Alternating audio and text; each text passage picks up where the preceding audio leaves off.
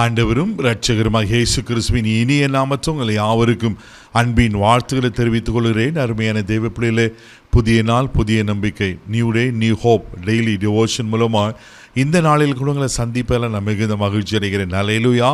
இன்றைக்கு கூட கர்த்தர் நமக்கு கொடுக்கிற வார்த்தை என்ன? மல்கியாவின் தீர்க்க தரிசன புஸ்தகம் 4ஆம் அதிகாரம் 2வது வசனத்தை கூட வாசிக்க கேட்போம். ஆனாலும் என் நாமத்துக்கு பயந்திருக்கிற உங்கள் மேல் நீதியின் சூரியன் உதிக்கும், அதன் செட்டைகளின் கீழ் ஆரோக்கியம் இருக்கும், நீங்கள் வெளியே புறப்பட்டு போய் கொழுத்த கன்றுகளைப் போல வளருவீர்கள். அல்லேலூயா.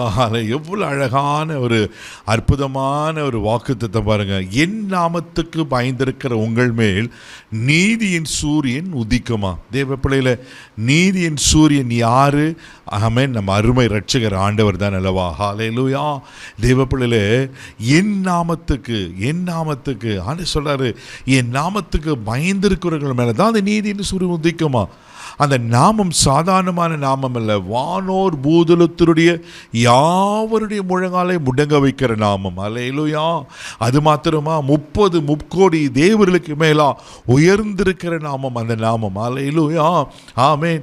இயேசு என்ற அந்த பெயரை சொல்லும் போதுவே அந்த பெயர்லேயே ஒரு வல்லமை இருக்கு, அந்த பெயர்லேயே ஒரு அற்புதம் இருக்கு, அந்த பெயர்லேயே ஆமென் அதிசயங்களை காண்கிறோம் அல்லவா.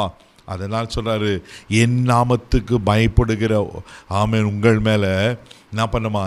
நீதியின் சூரியன் உதிக்கும். அல்லேலூயா. ஆமென். தெய்வ பிள்ளைகளே, ஆமென். ஆண்டவர் எவ்வளோ நல்லவராய் நமக்கு காணப்படுகிறார் பாருங்க.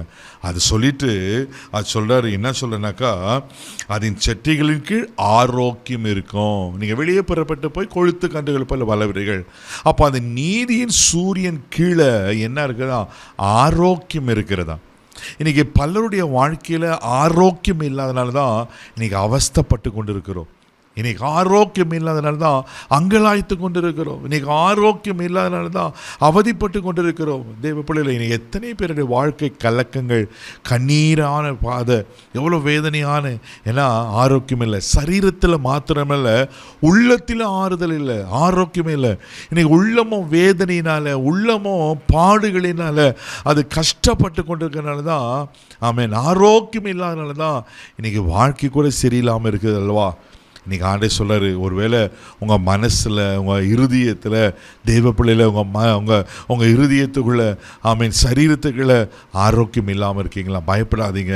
இன்றைக்கி அவர் உங்களுக்கு ஆரோக்கியம் வர பண்ணுவார். அல்லேலூயா. அதனால தான் எரேமியா தீர்க்கதரிசி இப்படியா சொல்லுகிறார்.